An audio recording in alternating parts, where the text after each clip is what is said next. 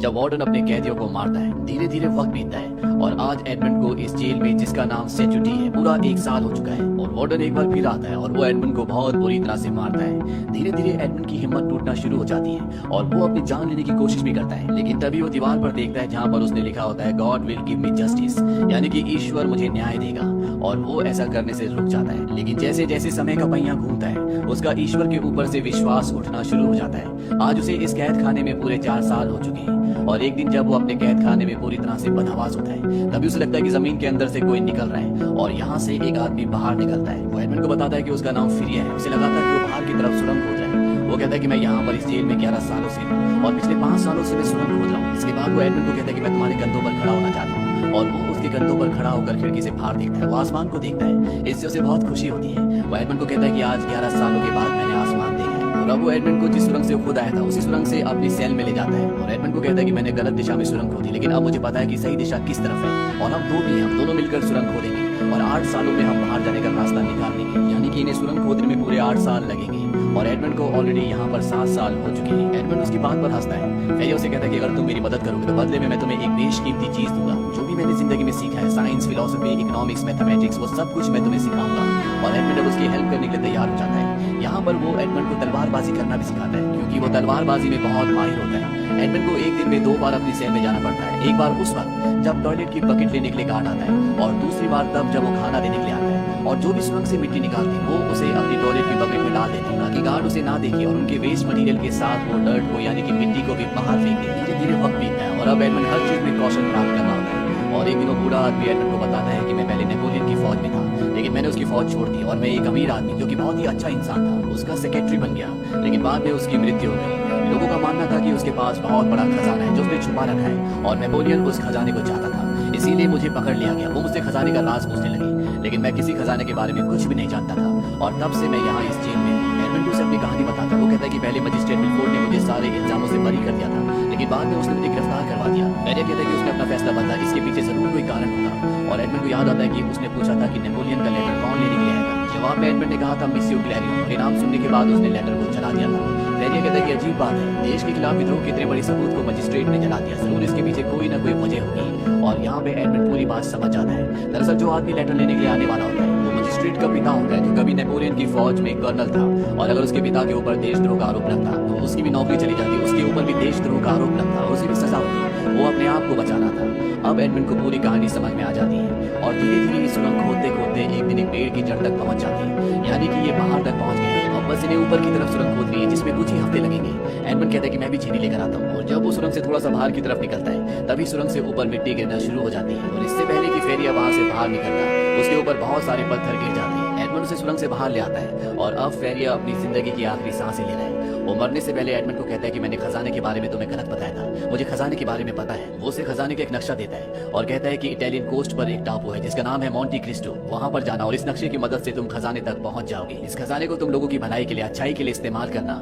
Edmund कहता है कि अब मैं यहाँ से कभी नहीं निकल सकता, सुरंग पूरी तरह से बंद हो चुकी है। फेरिया कहता है कि कोशिश करते रहना। और इसके बाद उसकी मृत्यु हो जाती है और तभी यहाँ पर गार्ड्स भी आ जाते हैं और गार्ड्स को पता चल जाता है कि फेरिया की मृत्यु हो चुकी है। वो अंदर आते हैं और उस वक्त एडमंड उसी सेल में पत्थर के नीचे जहाँ पर वो सुरंग खोदते थे वहां पर छुपा होता है। सेल के अंदर गार्ड्स फेरिया की बॉडी को एक कवर के अंदर लपेटकर वार्डन को बुलाने के लिए चले जाते हैं। वार्डन यहाँ पर आता है और वो फेरिया की बॉडी को उठाकर यहाँ से ले जाते हैं। दरअसल यहाँ पर मरने वालों की बॉडी को जंजीरों में बांधकर लोहे के साथ ताला लगाकर समंदर में फेंक दिया जाता है। गार्ड्स कहते हैं कि 3 की गिनती में हम इसे समंदर में फेंकेंगे। और जैसे ही वो 3 बोलने वाले होते हैं, उस कवर के अंदर से एक हाथ निकलता है, क्योंकि उसके अंदर फेरिया नहीं बल्कि एडमंड होता है। एडमंड ने फेरिया की बॉडी अपनी सेल के अंदर रख दी होती है और खुद इस कवर के अंदर आ गया होता है। और एडमंड हाथ निकालकर वार्डन के पास जो चाबी होती है उसे खींच लेता है। वार्डन भी समंदर में गिर जाता है। एडमंड अपने ताले खोलकर जंजीरें खोलकर ऊपर आ जाता है और इससे पहले कि वार्डन यहाँ से भागता, जो उस पर बहुत जुल्म करता था, वो उसे यहीं समंदर में मार देता है और खुद यहाँ से तैरता हुआ एक दूसरे टापू पर पहुंच जाता है। वहां पहुंचकर वो बहुत खुश होता है, क्योंकि आज कई सालों के बाद उसने पहली बार आजादी की सांस ली है।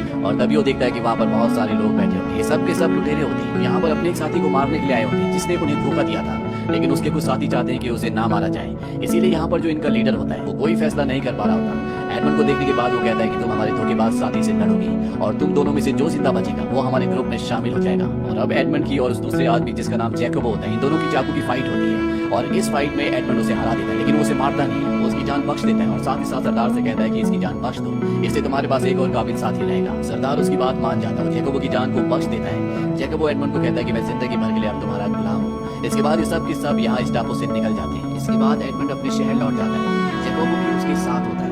एडमंड एक अपने पुराने जानकार के पास जाता है जो उसे नहीं पहचान पाता, क्योंकि आज 13 साल बाद वो लौटा है। उसका पूरा हुलिया बदल चुका है। एडमंड उस आदमी से कहता है कि मैं एडमंड का दोस्त हूँ, मैं उसके परिवार के बारे में जानना चाहता हूँ। वो आदमी बताता है कि एडमंड की राजद्रोह के बारे में पता चलने के बाद उसके पिता ने अपने आप को फांसी लगा ली। एडमंड पूछता है कि उस पर राजद्रोह का आरोप किसने लगाया था। वो आदमी बताता है कि विल्फोर्ड ने, जो उस वक्त यहाँ का मजिस्ट्रेट था जिसने एडमंड को गिरफ्तार किया था।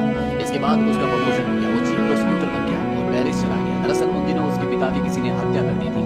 यहाँ पर एडमंड को ये भी पता चलता है कि जो उसकी गर्लफ्रेंड थी जिसका नाम मर्सिडीज है, उसने एडमंड की मृत्यु की खबर सुनते ही मोंटेगो से शादी कर ली थी। मोंटेगो एडमंड का वही पुराना दोस्त है जिसने उसे धोखा दिया था, जिसकी वजह से उसे जेल हुई थी। और अब मोंटेगो अपनी पत्नी मर्सिडीज के साथ पेरिस में रहता है। ये सारी बातें सुनने के बाद एडमंड पूरी तरह से टूट जाता है और वो अब इन सबसे बदला लेना चाहता है। सबसे पहले एडमंड अपने साथी जैकोबो के साथ मोंटे क्रिस्टो टापू पर जाता है और वो वहाँ पर खजाना ढूंढता है। उसे खजाना मिल जाता है जो पानी के अंदर होता है। यहाँ पर सोने से भरे हुए इतने बड़े बड़े बक्से होते हैं कि जिन्हें ये एक बार भी नाव में यहाँ से नहीं ले जा पाते, लेकिन जितना भी सोना यहाँ से ले जाते हैं जाकर भी उसे खर्च नहीं कर सकते। ये सबसे पहले पेरिस जाते हैं और वहाँ पर एक बहुत बड़ा महल खरीद लेते हैं। और अब एडमंड अपना नाम बदल लेता है। वो अपना नाम रखता है काउंट ऑफ मोंटे क्रिस्टो।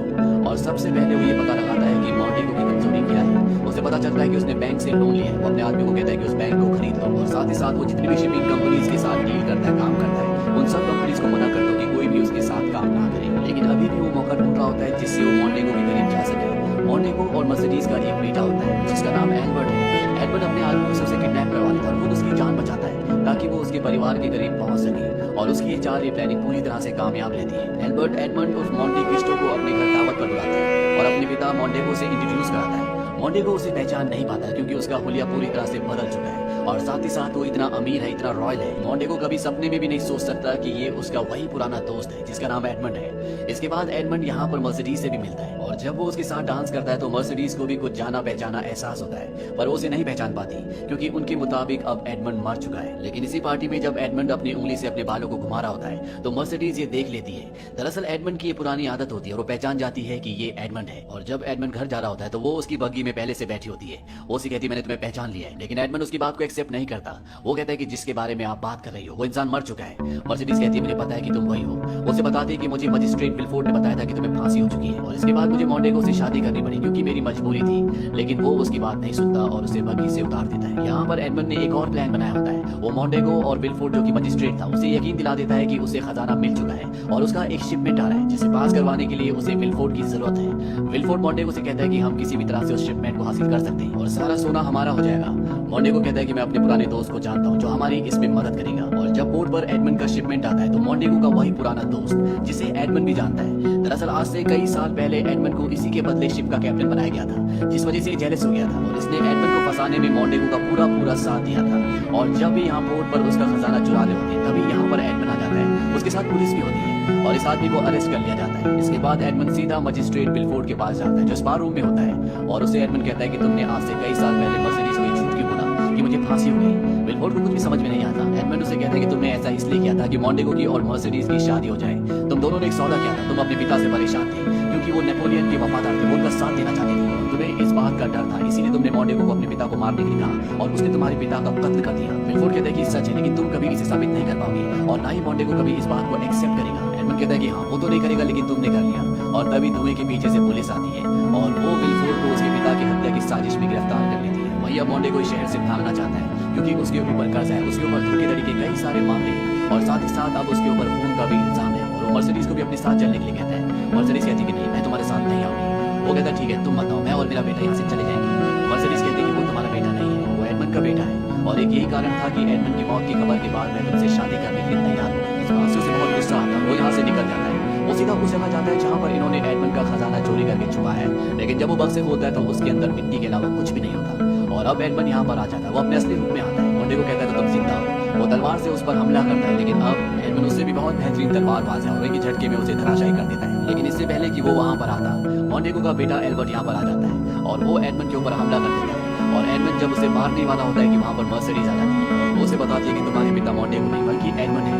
ये बात सुनकर एडमंड भी हैरान हो जाता है, लेकिन वो खुश भी होता है क्योंकि उसे मर्सिडीज और उसका बेटा वापस निकले। और तभी यहाँ पर मॉन्टे को गन दिखा देता है और जैसे ही वो एडमंड पर गोली चलाने वाला होता है, एडमंड के साथ ही उस पर चाकू से वार करता है, जिससे उसका निशाना चूक जाता है और मर्सिडीज के कंधे पर गोली लग जाती है। मॉन्टे को यहाँ से भाग जाता है क्योंकि गन में एक ही गोली होती है।